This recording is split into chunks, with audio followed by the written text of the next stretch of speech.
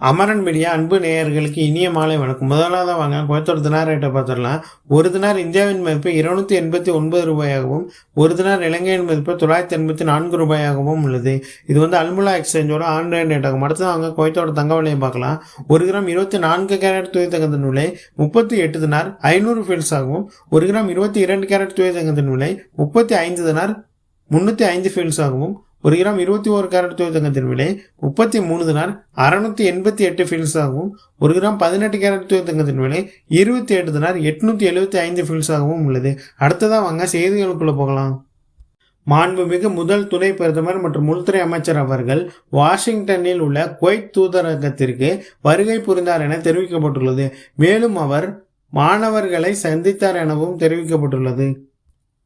மாண்புமிகு முதல் துணை பிரதமர் மற்றும் உள்துறை அமைச்சர் அவர்கள் வாஷிங்டனில் உள்ள பாலைவன கேடயம் மற்றும் பாலைவன புயல் நினைவு சின்னத்தின் கட்டுமான பணிகளை ஆய்வு செய்தார் என தெரிவிக்கப்பட்டுள்ளது.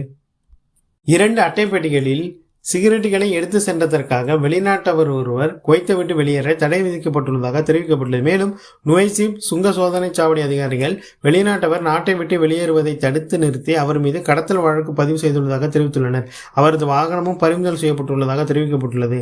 அந்த நபர் சவுதி அரேபியாவிற்கு குவைத்திலிருந்து வெளியேறும் போது 2 அட்டைப்பெட்டிகள் நிறைய சிகரெட்டுகளை கடத்த முயன்ற போது இந்த சம்பவம் நடைபெற்றதாக தெரிவிக்கப்பட்டுள்ளது.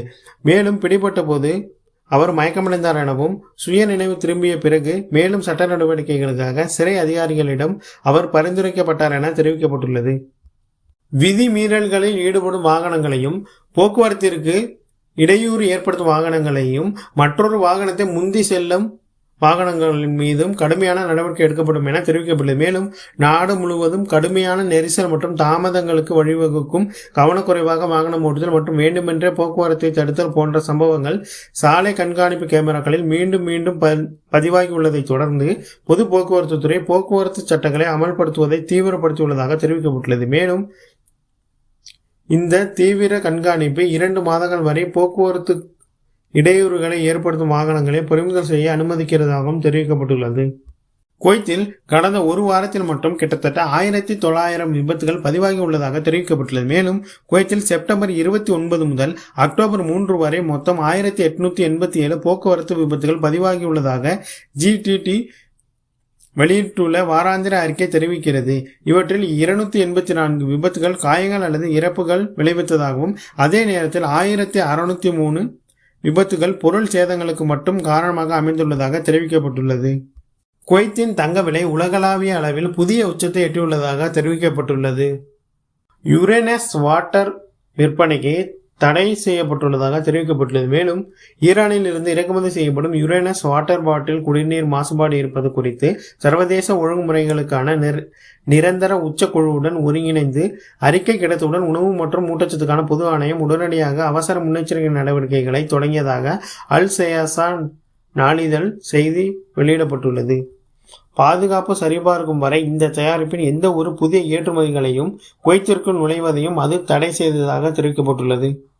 அந்தலூஸ் பகுதியில் ஒரு பெரிய அளவிலான கேப்டகன் மாத்திரைகளை வைத்திருந்ததற்காக ஒரு முக்கிய பிரபலத்தின் உறவினரான சுங்க ஆய்வாளரை போதைப் பொருள் தடுப்புத்துறை கைது செய்துள்ளதாக தெரிவித்துள்ளது. 5வது இலக்க அதிவேக சாலை மூடப்பட உள்ளதாக தெரிவிக்கப்பட்டுள்ளது. மேலும் ஜாபரியா பகுதிக்கு எதிரே உள்ள ஷேக் சயீத் பின் சுல்தான் அல் நஹ்யான் சாலையின் விரைவு சாலையில், அதாவது 5வது இலக்க சாலையின் ரவுண்டானாவுக்கு அருகில் இடது பாதை முழுமையாக மூடப்படுவதாக போக்குவரத்து பொது நிர்வாகம் அறிவித்துள்ளது. இந்த மூடல், அதாவது ஃபாஹில் விரைவு சாலை 30வது இலக்க அதிவேக சாலையில் சந்திப்பில் இருந்து மகரிப் விரைவு சாலை சந்திப்பு வரை நீட்டிக்கப்படும் என தெரிவிக்கப்பட்டுள்ளது. மேலும் இந்த மூடல் நேற்றைய தினம் மாலை முதல் அமலுக்கு வரும் எனவும், மேலும் 2 மாதங்களுக்கு நீடிக்கும் எனவும் எதிர்பார்க்கப்படுவதாக தெரிவிக்கப்பட்டுள்ளது. அதேபோல் புதிய ஒப்பந்தங்களின் அடிப்படையில் பொதுப்பணித்துறை அமைச்சகத்தின் சாலை பராமரிப்பு பணிகள் குவைத் சிட்டி பகுதிகளில் தொடர்ந்து நடைபெற்று வருவதாக தெரிவிக்கப்பட்டுள்ளது. புதிய ஒப்பந்தங்களின் அடிப்படையில் பொதுப்பணித்துறை அமைச்சகத்தின் சாலை பராமரிப்பு பணிகள் அல் மிசாயில் பகுதியில் தொடர்ந்து நடைபெற்று வருவதாக தெரிவிக்கப்பட்டுள்ளது. கடைசி வரைக்கும் பார்த்தவங்க அனைவருக்குமே மிக்க நன்றி. மீண்டும் உங்களை அடுத்த வீடியோவில் சந்திக்கிறேன். நன்றி, வணக்கம்.